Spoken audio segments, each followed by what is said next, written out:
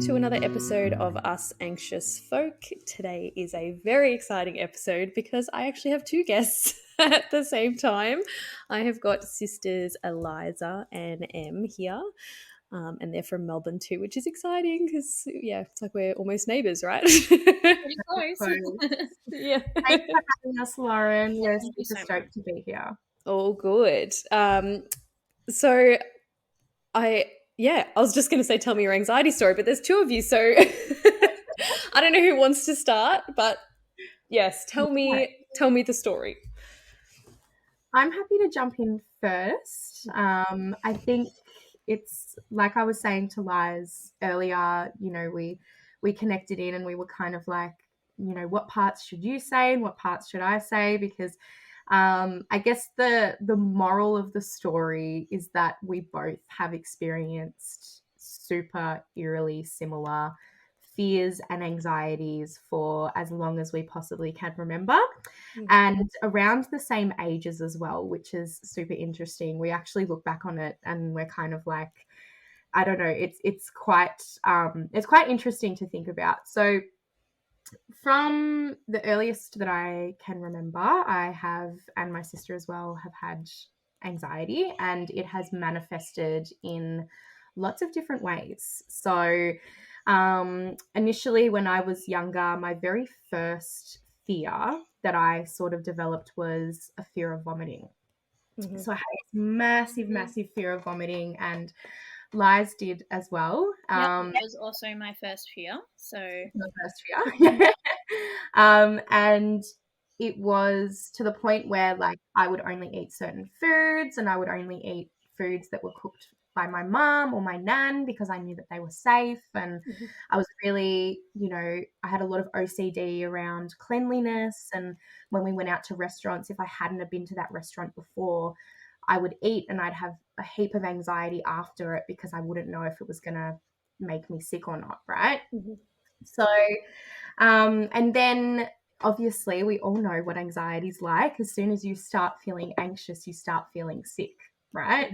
Yeah. So the more you feel sick, the more you start stressing out that you're going to throw up, and it's just like this vicious cycle. So Liz, did you want to add anything there? Because I know that you experienced the exact same. yeah. Funny thing is, Em's basically said everything that applies to me. So it was the exact same thing for me. But the only real difference was that I felt as though mine stemmed from a specific event, in the sense that when I was about 5 years old, Em had an ice skating competition. And I went to, you know, be a good sister, cheer her on in the bleachers. But, you know, I got a little bit bored. Not going to lie. Em, you're very good. But, you know, so I had to go and find some food. And I went and got some hot chips, you know, ate them as fast as I could because I was 5 years old. And then came home, wasn't feeling that great. And then that night I just got food poisoning and I got very sick. And so I think because I was so young and I got so sick from it, it wasn't too long, didn't last that long, but it was just a very overwhelming event that I feel from there I developed the anxiety around eating and potentially getting sick from anything that I was eating. And so I had the exact same thing as Em. I didn't want to eat anything from restaurants because I didn't know who prepared it. I didn't know if it had been cooked correctly. And so I only wanted mum or nan to make my food. And it was the exact same thing. But that's the only real difference, is that I feel as though mine came from a specific point in time. I'm not sure about Em, if you had the same thing, but I did actually. When I was younger, we had a family trip to Kiama. Oh my God, of course. Yeah, you remember, right? Hot chips too.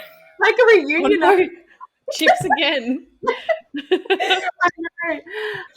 And I think, I ate something, or I think it was potentially just gastro, and I was so sick. And like, it was, we're just in, you know, as you would be aware, Lauren, with anxiety, you're just hypersensitive to everything. So it was that traumatic for me, that I couldn't wear the clothes anymore that I had worn on that night because it reminded me of that night.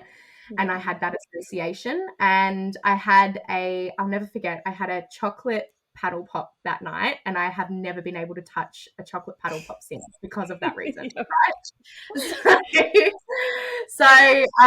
I'll never forget that. And I think that's where it triggered for me, because and to all the listeners out there, but as we get more deep and deep into me and Lizy's story, what it all stems from is a fear of not having control, right? So we're both major perfectionists, and when we don't have control over something, or when something's out of our control, we develop a lot of anxiety around it. But it's also very interesting because we're also very laid back in lots of different situations. So there's a lot of times where I won't have control over something, and I'll just be like, yeah, whatever, just let it happen, it's all good. But then there's other things that just utterly terrify me because I can't control them, and it's usually revolved around situations that I can't get out of. So we'll get a little bit more into that later on. But yeah, so it started with a fear of vomiting for us, and around the same age. And then for me, it sort of shifted and actually started manifesting into sleep anxiety. So I went through a period where, and I still go through these periods today, where I get major anxiety over not getting enough sleep. And because I'm anxious, I can't get to sleep. So it's just a vicious cycle. So I'll never forget, I think it was like year 5 school camp, and it was the first night, and everyone was asleep in their beds sound by 9 o'clock. And I was just lying there staring at the ceiling until 2 a.m. being like, what is wrong with me? Everyone else around me is sound asleep, no cares in the world, and I'm lying here contemplating life at 11 years old, not sure what's going on. Like, I'm sure I had the exact same thing at my year 3 camp. Yeah. And it's even worse when you're surrounded by people who just fall asleep so easily. Like, for example, my partner, he literally puts his head on the pillow and he's out in 5 minutes. And there's nights where that does happen to me, and then there's nights where I'm lying there until 2:30, 3 o'clock, just like waiting for it to happen. So that's another thing that manifested for me. It turned in from a fear of vomiting into sleep. And I know Liz has experienced as well some I have, but probably not to the same extent as Em has. So I would usually get fear around bedtime and when like it was night, but my fear wasn't actually about falling asleep. I just think that was the time of day when everything was slowing down around me, so I was like kind of alone with my thoughts, and everything was kind of just perpetuating at that time. So I'd be able to think about all the things that had been worrying me throughout the day that I'd kind of pushed to the back of my mind, and they'd all come to the foreground. And so that was where a weird relationship with sleeping started, because I would be kind of up until 2, 3 o'clock just thinking things over in my head and like severely overthinking things. Like there's no need for that amount of thought to be going on. But we've all been there. I think it didn't really matter to me how much sleep I got in the end, just as long as I got there. Like as long as I managed to fall asleep at some point, that was what mattered to me. But yeah, so I haven't had it too much recently, but I think in primary school I would probably spend, 4 out of 5 nights like just lying awake until 3 o'clock in the morning, and then eventually falling asleep because I just got so physically exhausted that my body couldn't sustain me being awake any longer. So that's pretty much it. Okay. It's funny, like talking about sleep, people message me and ask, do I deal with like panic attacks in the night and sort of like fear around that? And I've always said no, not really. Like I'm not too bad with sleep. But when you were talking, Em, about being awake and everyone else being asleep, like I feel like that's been me so many times throughout my life, even as a 10-year-old, 11-year-old, 12-year-old. And so I don't freak out about not being able to get to sleep, but I have always had that sense that I'm different in a way. everyone else is falling to sleep Yeah. peacefully and I'm there questioning my life. Just Yes. felt a bit separated. Like, why can't that be me? Yeah, Like, for Yeah. sure. Yeah. So that had never Yeah. occurred to me until you said that. So that was interesting for me. Yeah. And I've always thought that. I think it does make you feel different. It does Mm, make you feel different when the masses, and for me it got to the point where I was really irritated by people being like, "Oh, I'm so tired. I'm just going to go to bed, and it's getting late. I need to go to bed." And I'm like, "No, no, no, stay up with me because I want, I yeah. need company. Like, I know that you're going to go to bed and you're going to be able to fall asleep straight away." And then I'm just like, and I guess it was selfish of me, but those things would trigger me because I'm Yeah. just like, I'd get so frustrated. I'd Mhm. be like, "You can just go to sleep so easily." And um, I'm a lot better now. Like, I've actually been able to train myself to kind of manipulate my own thoughts and stop the overthinking and that sort of thing. But it definitely there's nights still where I'm like, all right, this is going to be a crappy night. I'm just going to lie here and accept it, and then I eventually fall asleep as a result of that. So Mhm. um yeah, that's the next segment. of many, of many more There's to more come. to come. So sad to say. I'm sorry. Yeah, yeah.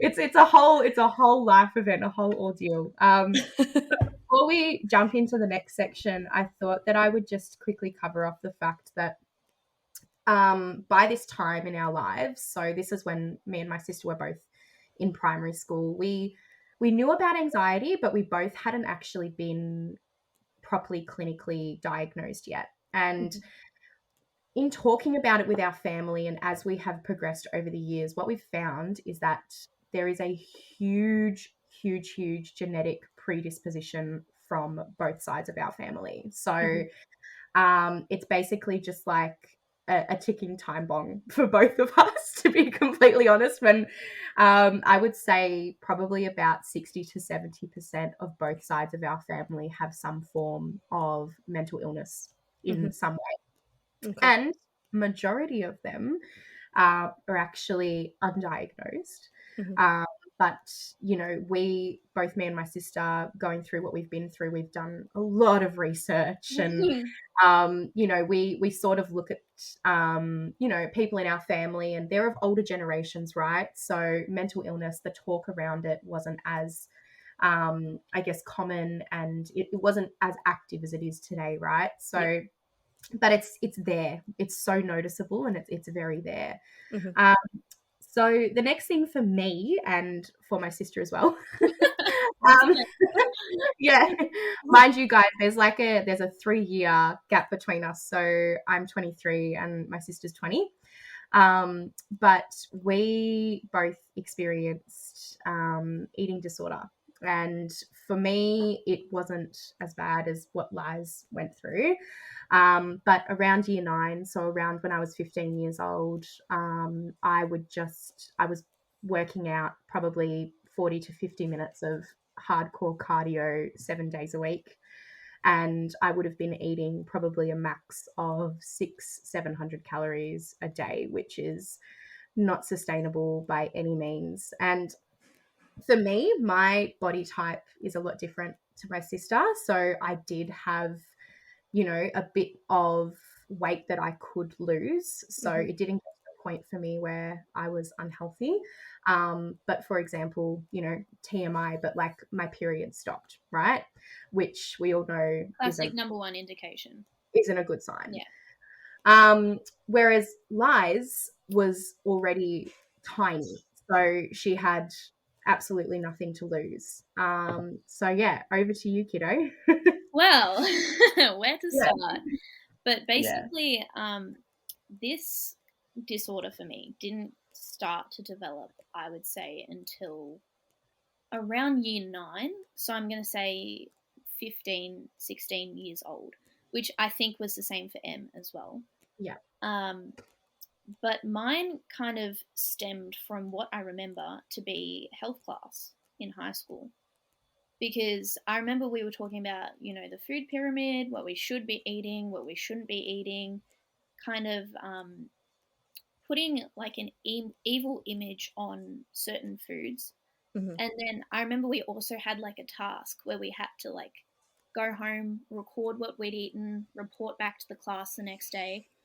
And you know, it's all in, you know, it wasn't maliciously intended to have bad effects. Yeah. But I just remember being so fixated on it and being like, well, I just have to like watch what I eat now so that when I report back to the class, I'm like, it's fine and they'll approve of what I'm having.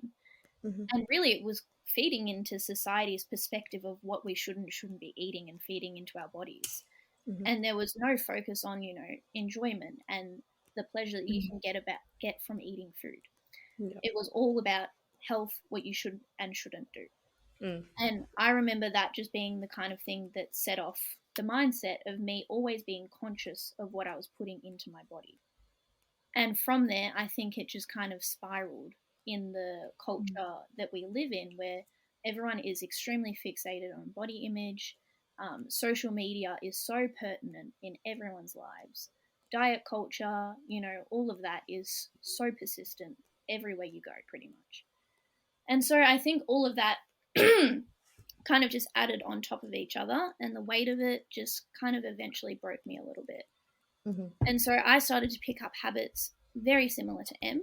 I was always wanting to be in control of what I was consuming, how much I was consuming. And, you know, the number one thing I never did was not eat anything. Like, I never did that. I never denied myself food completely, but I was extremely controlling over what I did consume and then how much energy expenditure I was outputting. Mm-hmm. And obviously, it was just out of balance. And so I was expending way too much energy for the amount of food that I was consuming. And that was why a lot of people didn't suspect that I had an eating disorder, because at school I was still eating, I was still acting fairly normal around food, you know, just denying a few things, but it wasn't an excessive amount. So no one really expected it. And at the same time, I was going to an endocrinologist because, like Em, I hadn't been getting my periods. And at this point, I was 16 and I still hadn't got my first period. So we were investigating that a little bit. And it was actually my endocrinologist who called my mum and said one day, look, I suspect that your daughter might have an eating disorder. Like, this might be out of line, but you might need to look into it further. Here's some resources. Do with this information what you will. And mum was like, okay, cool. And that day I was at school. I remember so clearly. I got into the car and mum goes, Liz, yeah, you won't forget this either, Em. Liz, we're going down to the hospital. And my first thought was like, oh my gosh, like, is Nan okay? Like, something's happened to someone. She goes, no, it's you. Like, we've just got to admit you because we think you have an eating disorder. And that thought had not even crossed my mind until my mum told me. And I was like, oh my God, I have an eating disorder? Like, I just had no clue. And so we went down to the hospital. I got admitted into the emergency room and I had no clue, like, what was about to happen to me. I thought I was probably going to be there maybe, you know, one night, get checked up on, have my vitals looked at, go on some kind of plan when I get home, go on some kind of therapy, have some time off school, regroup, and go back to my normal life. But that was not the case at all. I actually got moved to the Royal Children's because they didn't have the kind of heart monitoring machinery that they needed at the hospital that I originally got admitted to. So they needed some more technical stuff to monitor me because I got to a point where I was pretty critically ill.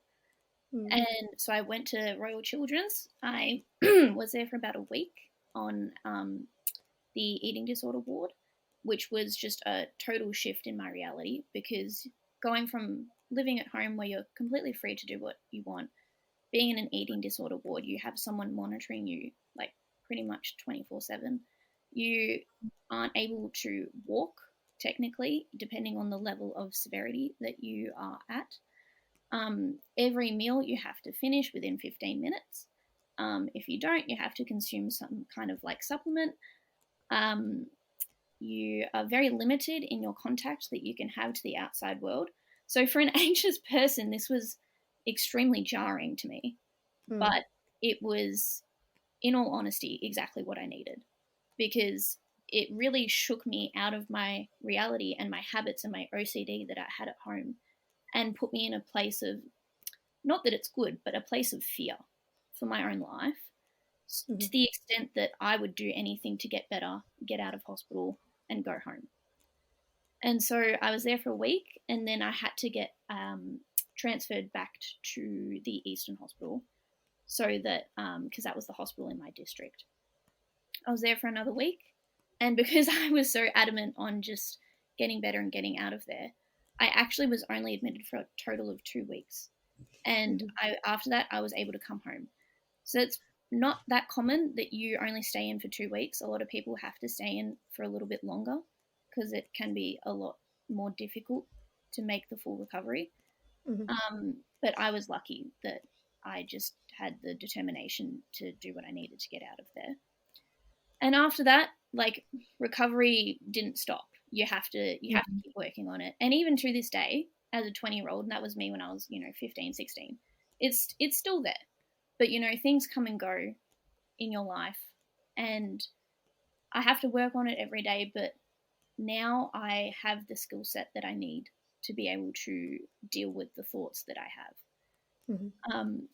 But I think, even though it was extremely terrifying, I probably wouldn't change it, because it has made me very resilient, and it's made me the person that I am today. So, yeah, I think it's definitely helped me tackle a lot of my other external anxieties as well, and habits. Okay.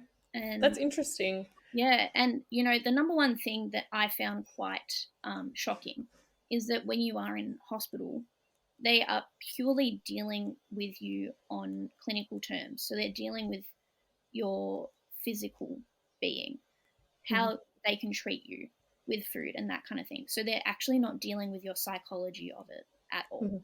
So that's the number one thing that you kind of feel a bit neglected with in hospital. And when you do come out, obviously they put you on an outpatients program. So they want you to go to specific associated psychologists and that kind of thing. But the psychologist that I got stationed with, unfortunately for me, just wasn't a good fit. And I don't feel as though they did enough to follow up with ensuring that I was being treated well outside of hospital. So there is a bit of a gap there. And that, I feel, is the number one downfall of the system that we have in Australia, because so many teenagers have to get readmitted as soon as they come back out, because they fall back into their habits, which is associated with the comfort of their home and not being watched by carers. So it's actually really empowered me to make some kind of change in the industry somehow. So I'm not sure how I'm going to do it, but if doing little things like talking about it on a podcast like this can, help one person at least, then I'd be happy, So I'm happy I've had the experience in a weird way. No, I can understand that. And I dare say that that gap in the system exists in a lot of other countries as well. Oh, yeah, definitely.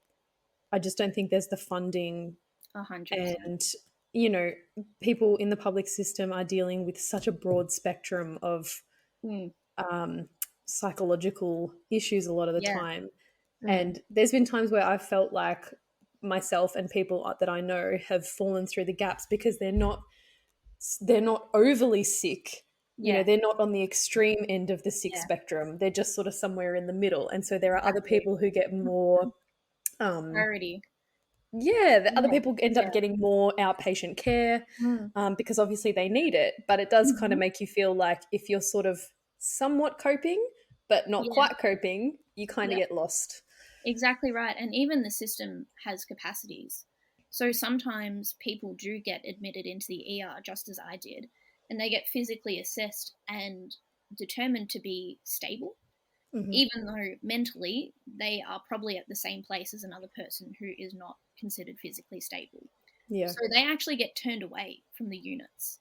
And they probably really, really they need to the be help in there. just as Exactly. much. They need to be in there just as much. Yeah. That's another area where there's a bit of a gap. So there's an area going into the system that needs improvement. There's probably a few things within the system that needs a little bit of looking at as well. But especially coming out of the system, that post-patient care is the number one thing that needs attention in my perspective. Yeah. Yeah, it's a hard fight, I think, but a worthy one. Exactly. And you know, it's so much more common than people are aware of. Like within my school, because I went to an all-girls school, there is like a very large focus on image, self-image, and then your perspectives of other people as well. And I think it's extremely easy to get caught up within yourself and how you perceive yourself that you forget other people are going through the exact same thing. And I know there's a lot of my friends who I have found out have had similar issues to me that I just never would have suspected. And I think there needs to be a lot more awareness and education about eating disorders at schools. Because I just don't feel like it's sufficient. And there's so many little things that can easily go undetected that if we just simply had the education on them, they would be picked up right away. And it can, you know, as bad as it is to admit, eating disorders take lives. And if if they are detected earlier, it can potentially save someone's life. I wanted to say that I loved that you spoke about pleasure earlier on in terms of food, because I know, I mean, my schooling was a little bit earlier than yours, but back then they certainly weren't teaching about pleasure. It was all about the food pyramid. And Exactly.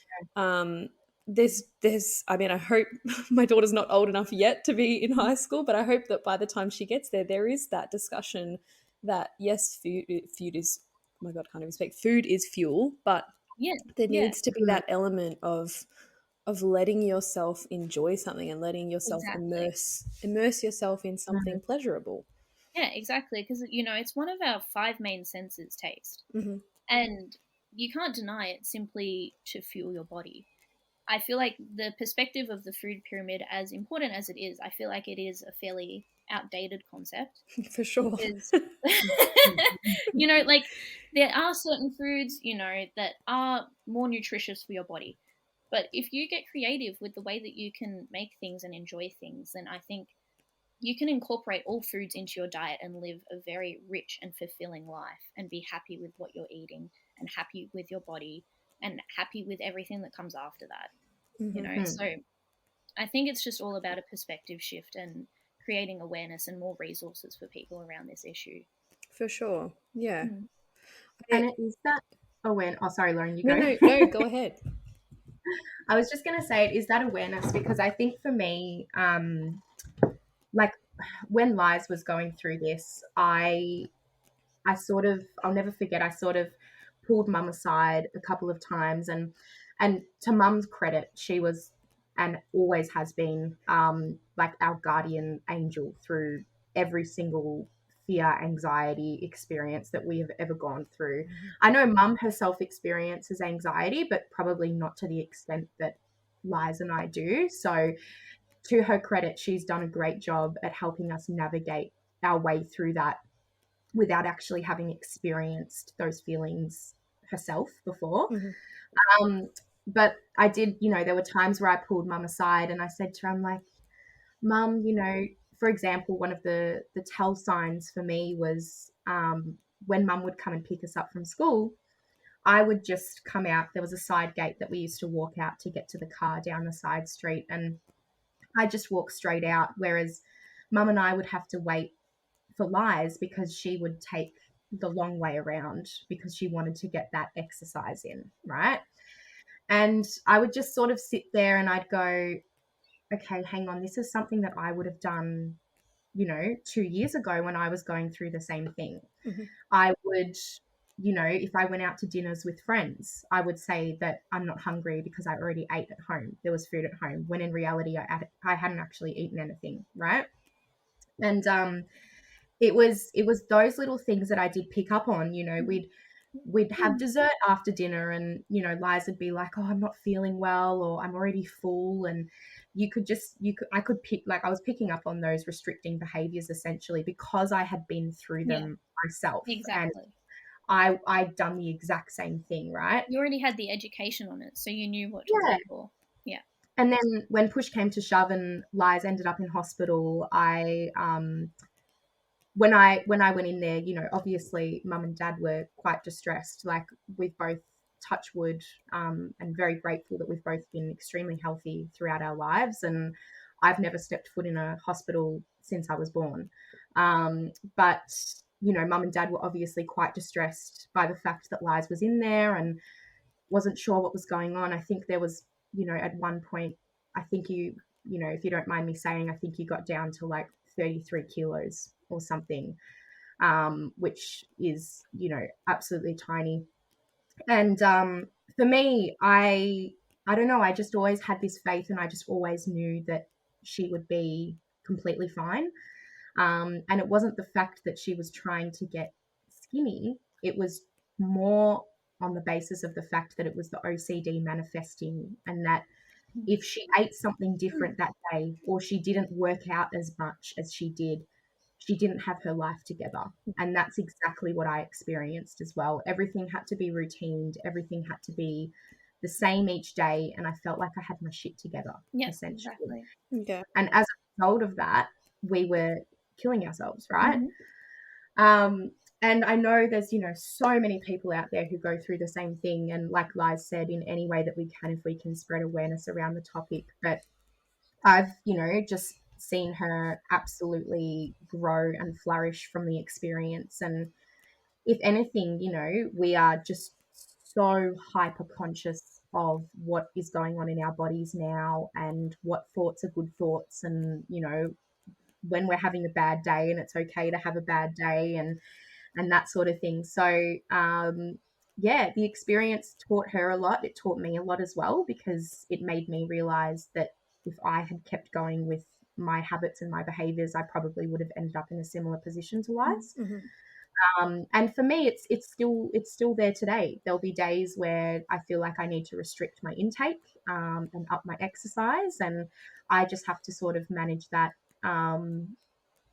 But it's not as loud anymore. Yeah, It was definitely loud a few years ago, but not as loud anymore. And I just really quickly want to talk on this concept of health a little bit, because I feel like a lot of people associate eating disorders with individuals purely just wanting to be skinny. And I just don't think that that is all an eating disorder wraps up to be. Like Em was saying, there are so many, for a lot of people, there are so many underlying conditions that contribute to the eating disorder. So it can be the control issues, it can be the OCD, it can be the perfectionism. And I think in both of Em and I's cases, we didn't purely just want to be, thin or like the stereotypical beautiful body. We actually wanted to be healthy. And the juxtaposition in that is that we were breaking down our bodies. So I think it's important that people refrain from making comments about people's bodies, as we all know. But, even calling someone skinny, it can sometimes have negative connotations to it. And I think it's just important that we raise awareness about, even if people are doing exercise, sometimes it can be damaging. I just think that I think it's important that we refrain from casting judgment on people's exercise and eating habits, because as mine and Em's were when they were unhealthy, people would perceive that as healthy because we were watching what we were eating and we were exercising, and that's what society considers to be a healthy lifestyle, when in reality we were completely breaking down our bodies. So I think it's just important to think about these things a little bit more before you open your mouth and say something to someone about, oh, you're looking so fit, you're looking so good, because they really might be doing something behind the scenes that's damaging to them. So, and I guess that's the opposite perspective of fat shaming, but it's just another perspective that we need to kind of consider as well. I was thinking that as Em was saying, there are days that I want to restrict my intake and increase my Mm. exercise because I hear it constantly. I heard it today. Mm. Someone saying, I need to work out a bit more and stop Mm. eating so much. And it's become such a normal thing to hear. Mm. But then Yeah. there is that flip side of, binge eating disorders and Yes. Exactly. that where people will say, oh, it's disgusting that they can eat so much, or like you Mm-hmm. shouldn't be eating so much crap food. Yeah. The opposite can be just as damaging. Not eating enough food is exactly the Exactly right. same. Exactly right. Yeah. And like most conditions and disorders, it is on a spectrum Yep. where, people fall under all different kinds of categories. But the main, association is that there is a distorted relationship with food. And I think that the more awareness that we can bring to the issue, the more people will slowly start to understand that it's just not people wanting to be skinny. It's just not what it is. Yeah.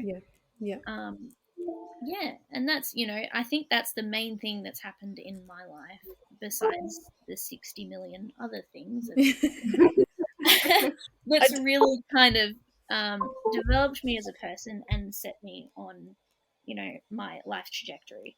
Yeah. So I think, yeah, that's my main one, but, Yeah. there's still plenty to talk about, and we're already 40 minutes in. That's okay. I wanted to ask, Em, how you found your way through that, because we didn't really touch on, Mm. obviously with Eliza's, there was a kind of a breaking point to a Mm. degree. Mhm. What Mhm. what sort of happened with yours? For me, it's no credit to myself, but it was actually. Can you hear me okay? I think I'm breaking up a No, little bit. no, you're all good. You can? Okay, awesome. Um, for me, it was no credit to myself. I mean, to a certain extent, it was, but at the end of year 9, which was when I was probably at my thinnest, we packed up and we moved to Sydney for a year, me and my family, for dad's work. And as a result, I was completely thrown. All of my routines and habits went out the window. We started at a brand new school. Lies started in year 7, which was, it was tough. But for her, it was a little bit easier because there were a lot of people who were starting new at a new high school in year 7, whereas I had to integrate myself into a cohort that was at the year 10 level of boys and girls. And I'd been so used to an all girls school my whole life that was completely and utterly sheltered. And then we just really got thrown into the deep end in Sydney, which, to be honest, probably started my journey where things started getting a little bit more severe for me. So that whole year in Sydney, a lot of my friends were, absolutely, living it up at 16, like, Partying. Yeah, nice. Yeah, simple way to say it. yeah, living it up. Wow, I sound like a grandma living it Just up. say it how it is, Em. Yeah, Honestly. God. But I promise you, I'm not in my dressing gown while filming this, guys. Like, He is. Don't lie. yeah. But for me, I was kind of I was almost like the mother hen. So I still went out and had fun, but I had friends who were, doing drugs and, like just really, really letting loose. And, like, credit to them. You've got to do it when you're a teenager. You've got to find your way. You've got to navigate your way through.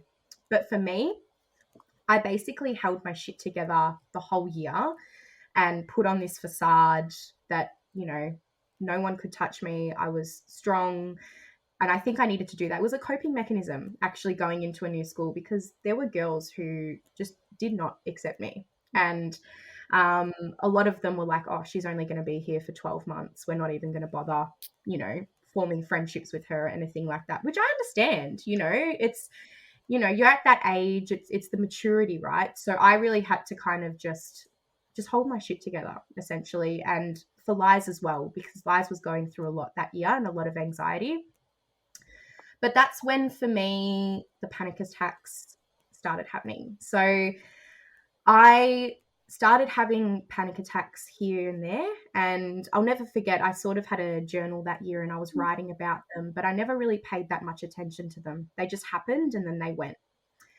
And then in year 11, we moved back to Melbourne and I had to reintegrate back into my previous friendship group. And I had a couple of friendships that had a lot of, there was a lot of tension with one particular friendship and a massive falling out occurred. And I was in the middle of a maths test and I just had this wave of anxiety hit me and it was just so uncontrollable. I put my hand up, I had to leave the room, and I had a massive panic attack in the bathroom by myself. I had absolutely no idea what was going on. I sort of shook it off, went back to what I needed to do, and then that night I went home to mum and I had another one. And that's where it all started. So from there, year 11 was wholeheartedly probably the hardest year of my life. I think I was going through a period there where I was having about 10 panic attacks a day. And for me, it would just be completely random. Like most of the time, I'd actually have a panic attack just sitting down on the couch watching TV. And they just kept happening and happening and happening. And so obviously, you know, it was clear that I needed some help. And as a result of my panic attacks, I just became fearful of everything. I know, Lauren, you've spoken very openly about your experience with this before, but it got to the point for me where getting up in the morning and going to school was like facing like an army ahead of you. Like you literally just couldn't even fathom the thought of having to do that 5 days a week. And I'd come home absolutely exhausted and then deal with sleep anxiety at night. So it got to the point for me where I think I had about half an hour of reprieve a day. And the other, 12 to 16 hours that you're awake, I was trying to hold back, just absolutely losing my shit, essentially. And for me, I went and got some help. So I went to a psychiatrist and it was probably, I can't even describe the appointment to you. The next day I had an exam. And obviously that was a whole other thing that I had to deal with. I had to get special consideration for my exams to sit near an exit because that was a huge thing for me.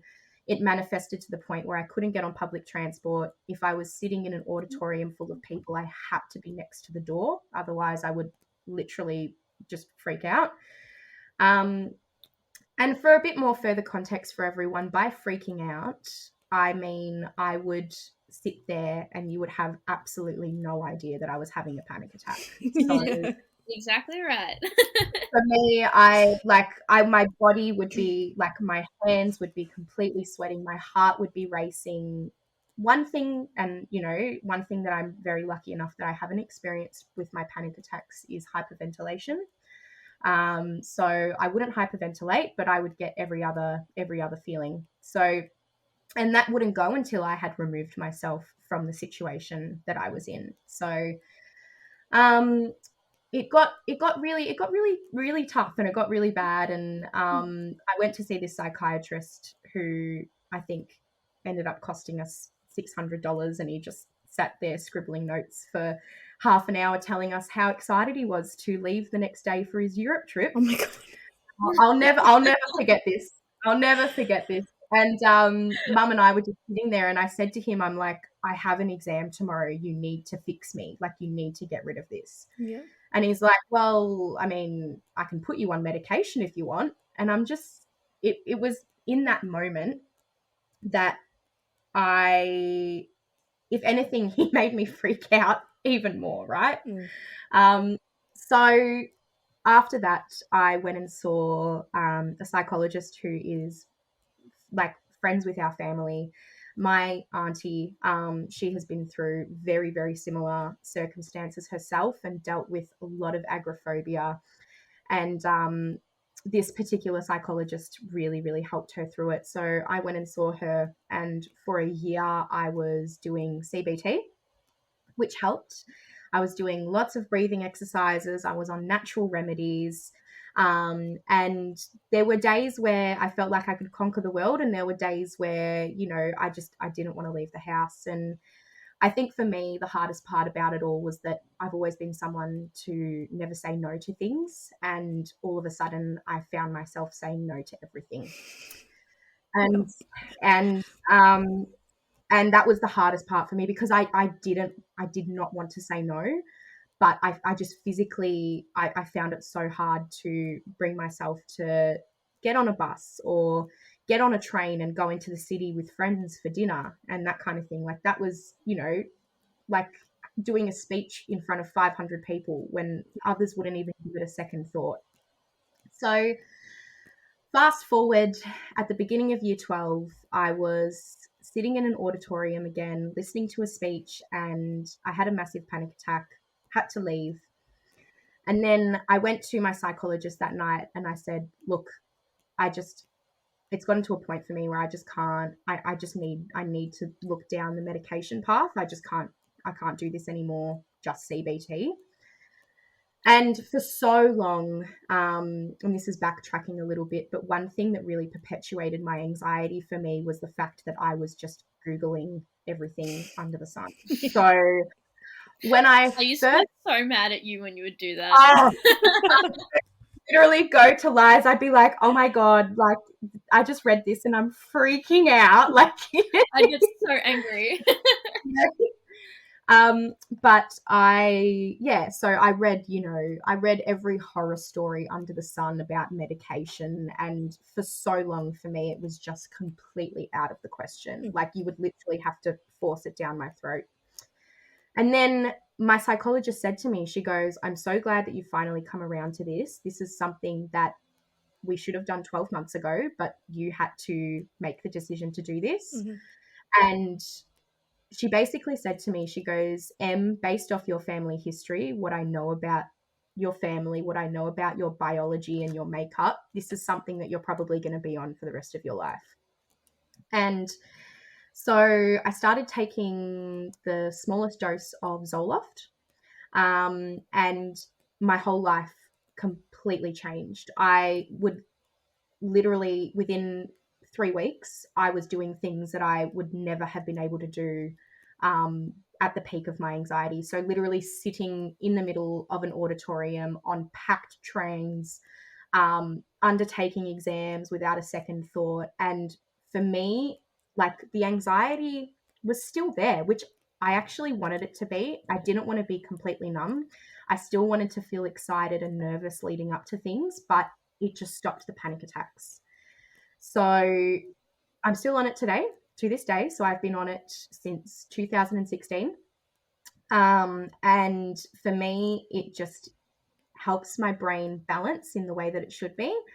And that doesn't go without saying that I haven't had panic attacks since, because trust me, I have. But for me, it has done a world of wonders, and it's just something that I wanted to put out there, because I know that there's so many negative stories around medication, and for me, I wanted to kind of just spread some positivity around it. I'm not advocating it for everyone, because for a lot of people it might not work. But for me personally, it really helped me to actually have the space to work through my issues in my head, because at my peak of my anxiety, I couldn't talk myself down, because I was just so like, what's the word? I was so hyped up all the time. It was just that hypersensitivity. And yeah, so I think, because I know that, we're deep into the conversation, but I think another thing for me was, I had a bit of a relapse a couple of years ago, and it really freaked me out at the time, because I thought to myself, how am I having a panic attack now? I'm on medication. This shouldn't be happening. And it got really bad for about a week, and then I managed to stabilize myself again. And the same has happened probably, I'd say, 4 or 5 times since being on medication. There's times for me where it just, I don't know, it's weird. It seems to just stop working, or I go through a very stressful period in my life. I've got things coming up, and sometimes, I might need to take a higher dose to accommodate for what's going on in my life and, the different stresses that involves. But I've learned to sort of adapt it to myself and what works for me. And it's just really one of those things. And I've been very lucky that I haven't dealt with a lot of side effects on this particular medication, because I know there's a lot of people who do deal with side effects, and for some the side effects are worse than the anxiety, and it's just all about finding that balance. So yeah, I literally just did an episode on medication, and I said exactly the same as you, that it gives me the space to be able to work things out and to be able to breathe. Whereas before it was like just everything's like closing in on you, and it's not pleasant. But also I've done the Googling thing as well, and it's really don't do the Googling thing, guys. If you take anything away from this podcast, do not Google. It's extremely self-deprecating. Yeah. And on the medication topic as well, that is one of the main differences between Em and I, is that I have actually never really gone on medication.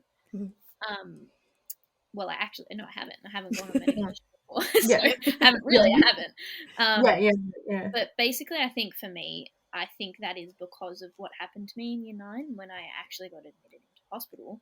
In a weird way, I feel as though that was my medication, because up until that point, most of my anxiety, panic attacks, what Em experienced when she was around year 11, so around 17 years old, I was experiencing in primary school.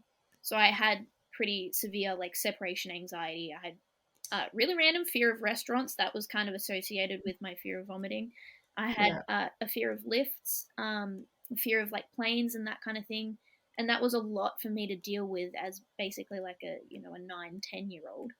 But I wasn't as aware of what was going on with this anxiety because I wasn't as mature and I didn't understand the depth of it as much. So in a strange way, I was a little bit lucky that I had it like a bit earlier on in my life.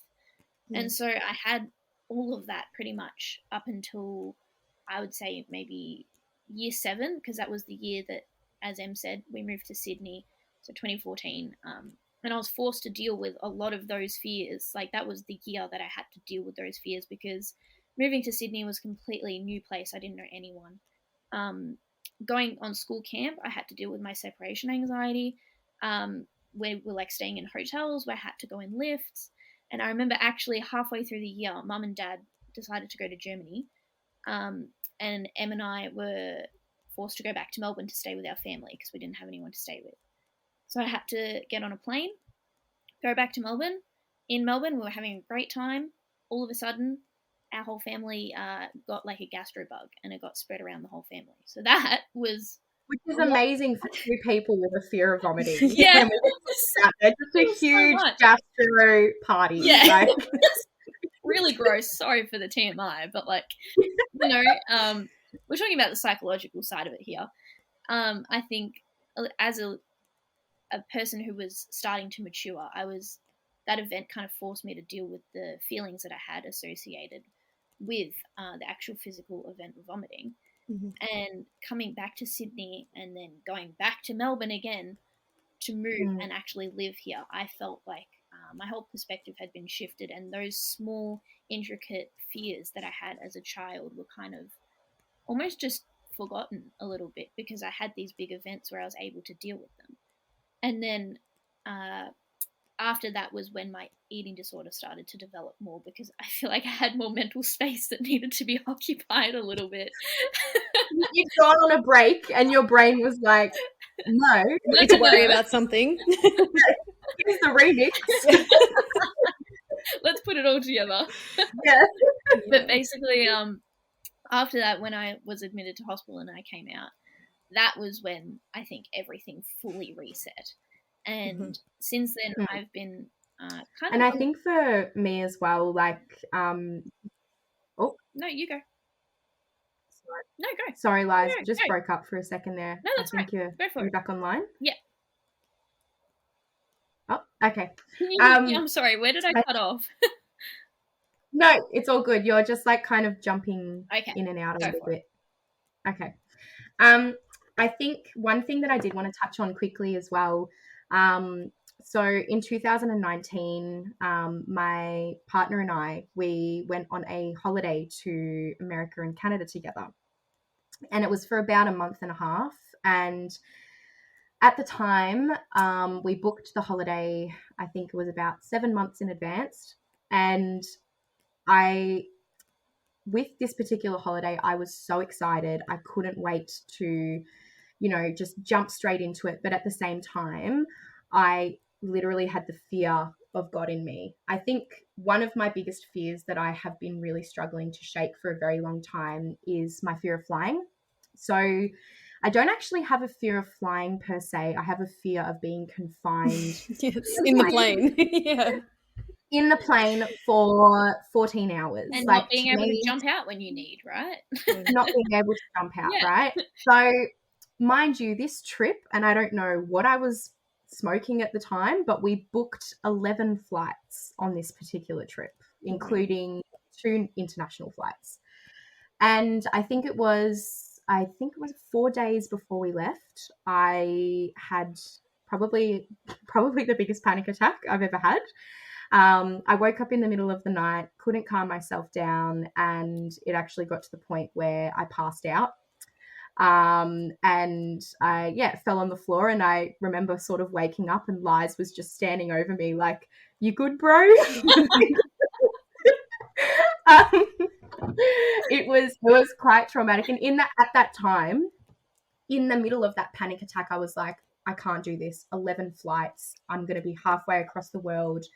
I do not want to ruin this experience for Carl. Like, I want him to go and have the most amazing time ever, and I don't want him to be held back because of my anxiety.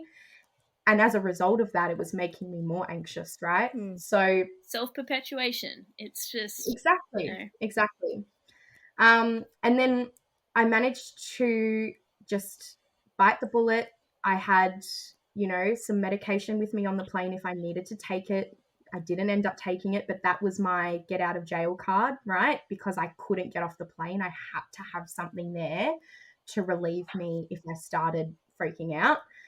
And 11 flights later, we had a really successful, beautiful holiday, the most amazing time we've ever had. And don't get me wrong, there were times where I was very anxious when we were away.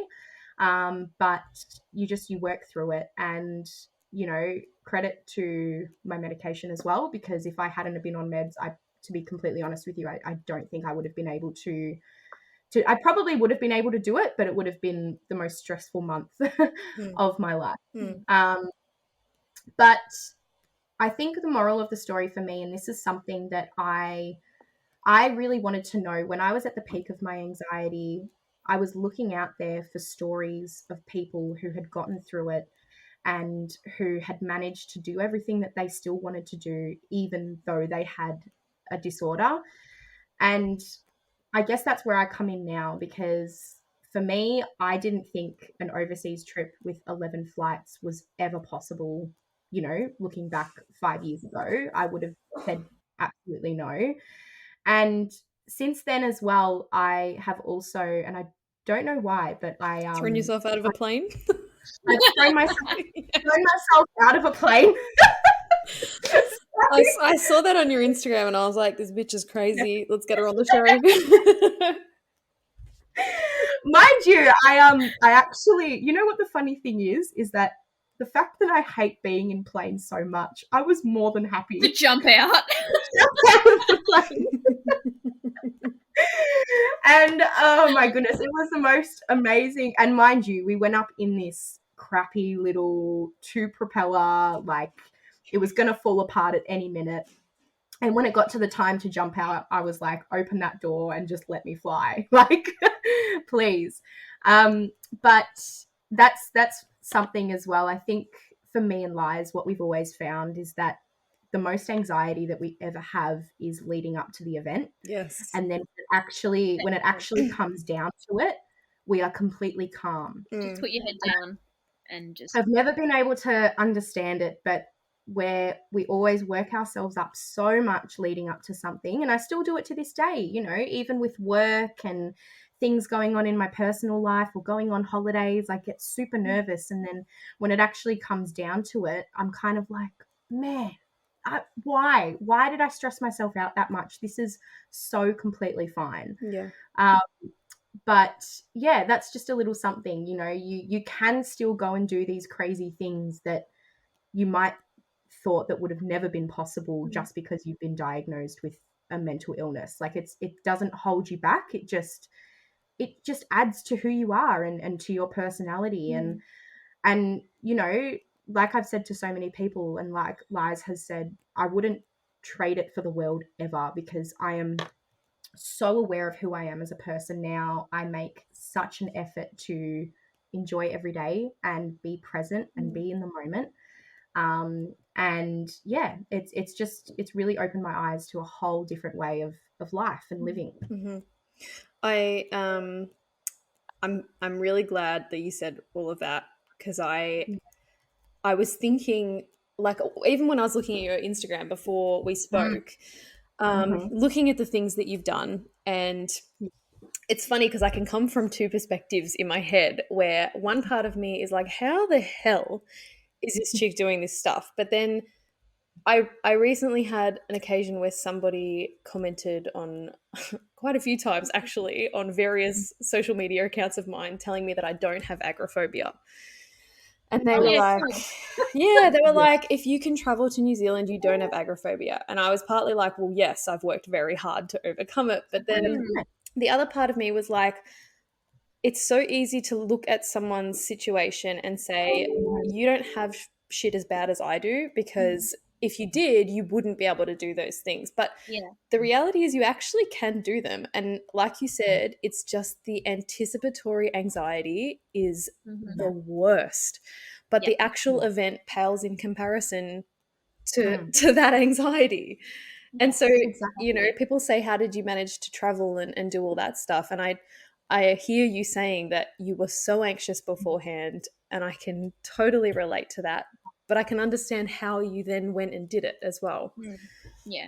And that's the thing, Lauren. I think you've hit the nail on the head there. No one, and look, I'm very open about the fact that my Instagram, when I look at it, for example, it doesn't make any reference to my mental illness, and I haven't been very open about what I've experienced, other than actually on this podcast today, for a few reasons. And I think it's still because I'm working through the whole perfectionist thing.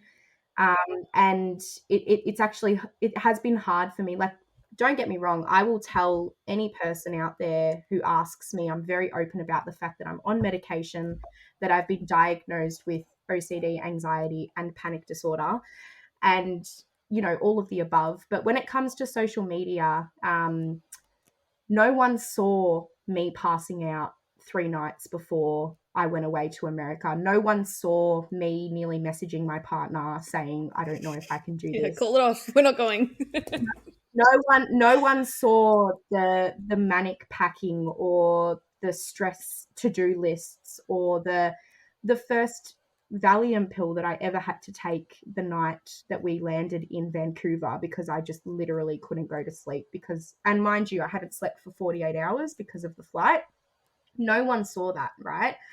And it's very easy for people, like you said, people go to you, well, you don't have agoraphobia because you've done all those things and been able to, put yourself out there. But I do have it. And you can't turn around and say that, you're worth less just because you're doing more than what someone else can't. Right. So it's just that you managed to work through it in a way. Yeah. I don't know if working through it is the but then it's also very okay. And I just want to put this out there because I don't want to make the wrong impression. It is also very okay if you can't work through it. If there's a day where you're not feeling strong and you go, actually, you know what, today I can't do it. And that is okay. You don't have to work through things all the time. But I think for me, what you've managed, Em, is to simultaneously experience those emotions, but also complete the tasks you want to do. Yeah. So I don't think it's not like you've, pushed the emotions to the side and not dealt with them. You've done that. Yeah. And you've been able to do what you want to do. Yeah, exactly.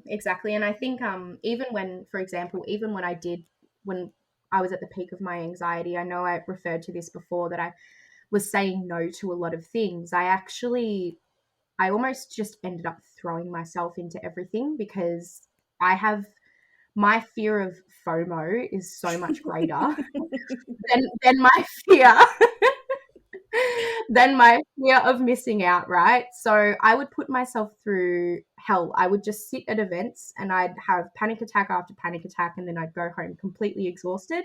But I felt accomplished because I managed to just push myself through it. And, even though it was like, it was not enjoyable by any means, I still did it. Yeah. And to me, the greatest failure for me was saying no. And I really struggled with that. I really struggled with, like, as much as I was scared of it, I just had to do it. There was just something. Em and I are the exact same in this aspect, and I think we both have this really conflicting fear of our anxiety, right? So I think we have the anxiety around the specific event situation, what is it like occurring, that holds us back from wanting to do that. But at the same time, we both have this fear of our fear holding us back from doing that. So both of those two things butt heads, and eventually we have to decide which fear is greater, the fear that we can't do it or the fear that we have to do it. And I think most of the time, Em and I don't know how, but we end up deciding that we just need to do it. Besides the fear, we just have to do it. I don't know if that makes sense, but I think it does to me. It gets a bit addictive, doesn't it? It does. To do these things that scare the shit out of you.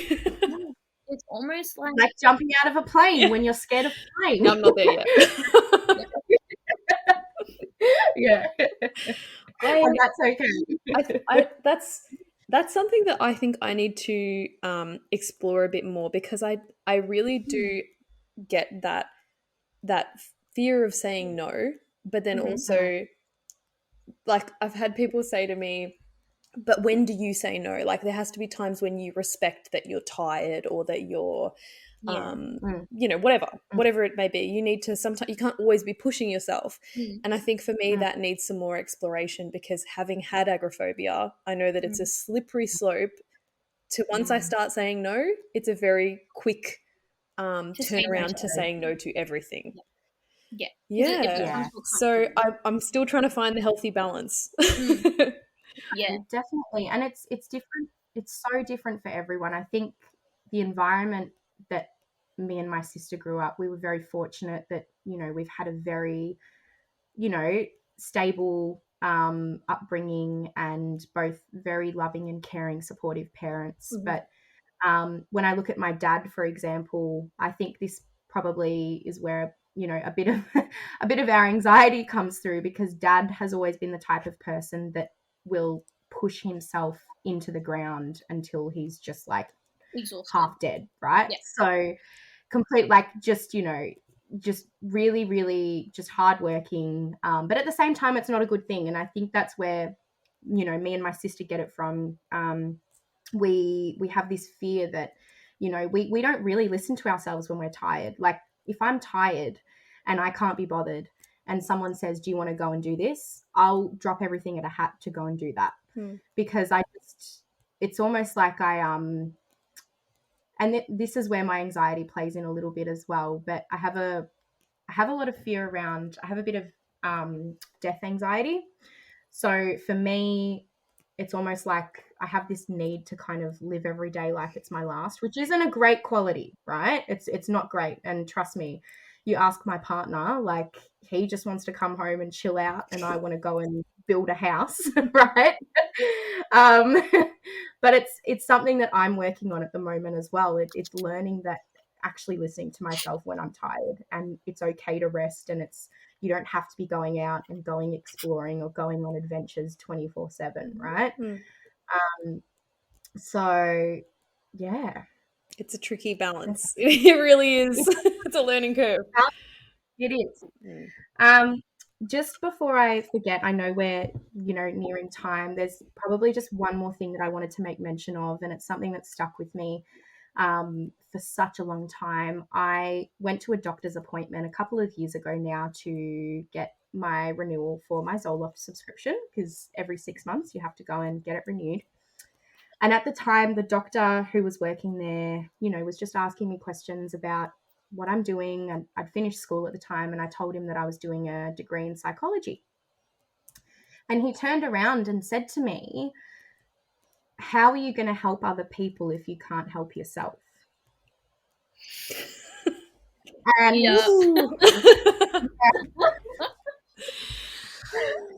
and I'm the type of person, massive people pleaser. I just laughed it off. And at the time, I should have sucker punched this guy square in the face. Yeah, and said, like, you've never had a problem in your life. Yeah, exactly.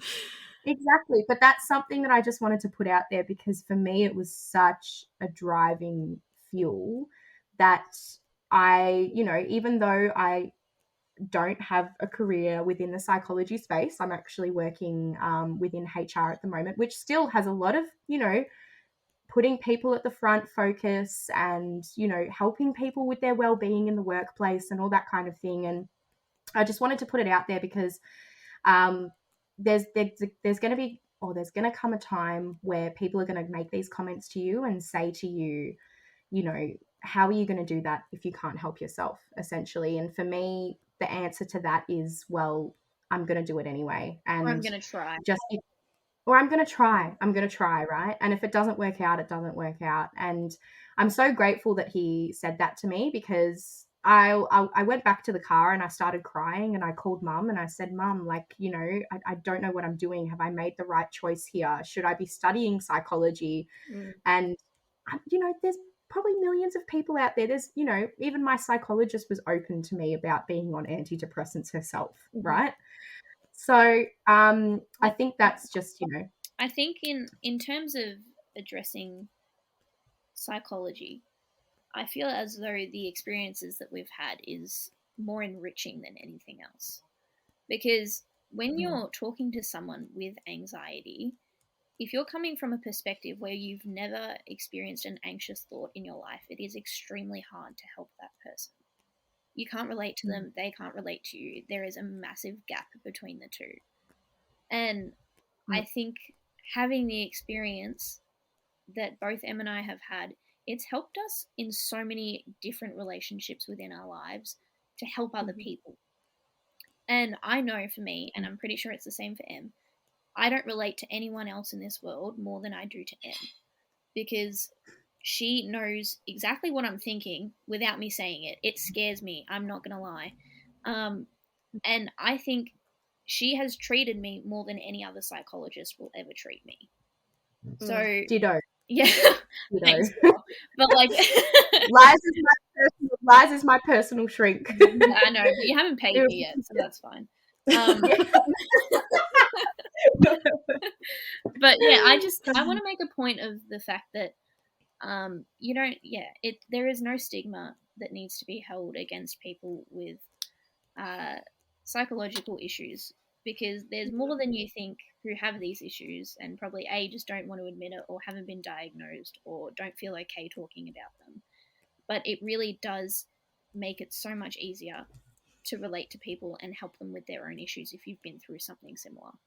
Yeah, I agree. And I think you may not be able to help some people, but you may be able to help others deeply. And everyone is different, and you guys have dealt with psychologists before, both of you, and I'm the same. Some I've meshed with and some I haven't, and their personal history with their mental health has nothing to do with that. It's more just how we relate as people. Exactly. Yeah. I think your lived experience is more powerful than any degree, any qualification, any sort of, it's all about that authentic human experience, right? And we lose sight of that so much. Yeah. It makes me think of the food pyramid, like just that black and white thing, Right? It takes the human away from it. It takes the soul. It takes, the spirituality. And I'm not going to get into my white girl crystal manifestation talk because we do not have time for that. Don't, we'll be here for another hour and it'll just be her talking. Like, but yeah, I think that's really important as well, is that just do what, you know, feels true to yourself and help people in any way that you can. And if someone tells you no, you're not talking to the right person. Yeah, fuck them off. Exactly. Yeah. That's what I was thinking. Exactly. On that note, yeah. Yeah. I want to ask both of you, because I ask everyone this question. Mm-hmm. If you had one piece of advice to give to somebody in their darkest days, even yourself in your darkest days, what would that piece of advice be? Ooh, that's a big one. Yeah, sorry to lump that one on you. No, it's a great question. I just think there's so many different things. There's so many different things. But you go, Em. It's honestly the most simplest thing. But for me, things will get better. And I wish I could go back to myself, for example, in year 11, where I literally could not see the light at the end of the tunnel. If I was able to time travel back then and go, hey, dude, look at all the stuff that you've achieved in the past 6 years. You still have anxiety. Don't get me wrong. You still have anxiety. You still have panic attacks. And there are days where things are really shit, but things get better. Mm. And it's that, I think the biggest thing for me as well is that I've stopped thinking about anxiety as a disorder or a disease, because I don't think we're labeling it correctly in that sense. I look at it as a roller coaster ride, and I look at it as there are days where I'm on top of the world and I could literally do anything I set my mind to, and then there's those dips where I am messaging yeah. Or I pass out, or, you know, just like the casual panic attack, like it's fine. Yeah. But I think that's the biggest thing for me, is things will get better, and that you're more stronger than you think, and that if you can tune into that inner strength in yourself, you'll be able to push through anything. Love that. I agree with that, Em. And mine, I guess, is in a similar vein, but I think the number one thing that has always helped me the most whenever I've been at my worst is the concept of you can go as far as you want to go. So I feel like really frequently mental health issues are addressed as a separate component to someone's person. But I think if you really just kind of try to accept and embrace the fact that mental health is a part of who you are, it's part of your personality and how you express yourself, how you think, then you can truly understand that your limits and your drive and your determination, you can express them to the level that you want to express them, and that will only take you as far as you are comfortable to go. So really, I just, as much external help as you can get, and I think it's extremely important to share and talk and all of that, ultimately it's up to you to do what you want to do. And I think that's that thought has always helped me, because when it's come down to crunch time and I've had to do something that's made me really anxious, I'm like, it's just me now. I have to do this. Yeah. It's kind of like your own best friend, your own cheerleader. Exactly. We rarely do that, do we? Yeah, exactly. Backing yourself. And I think as well, just very quickly, I think one thing that used to make me incredibly anxious was all of the talk around how, not corrupt, but what's the word? How, I can't think of the word. My mind's gone blank now. It's 2:30 in the afternoon. Essentially, how outdated, that's the word I'm looking for, how outdated the mental health system is in Australia. So for me, yes, there are, and look, you know, it's very noticeable, there are a lot of issues with it. But at the time, when I really needed help, all I wanted to know was that I could get help and that there is help out there. And I promise you, try not to listen too much about the negatives behind what is out there, because look, in reality, there are some, but there are also people out there, practitioners, psychologists, services that will absolutely help you to the nth degree. And I wouldn't be where I am today without them. So it's like that roller coaster ride again. And tuning into what Lauren said, you know, there'll be times where you do click with someone, and then there'll be times where you end up at a psychiatrist's office and you spend half an hour talking about their Europe trip while you're having a panic attack in their stinky old leather chair, right? So just to paint a picture for you. But there is help out there. And, you know, my biggest other piece of advice is just go and get help as soon as you feel like you're ready to, because it will take you, you know, it'll take you to a new place, and you'll be able to, you know, give yourself that space to really work through those challenges that you're experiencing. Yeah, always reach out. Always reach out. Yeah.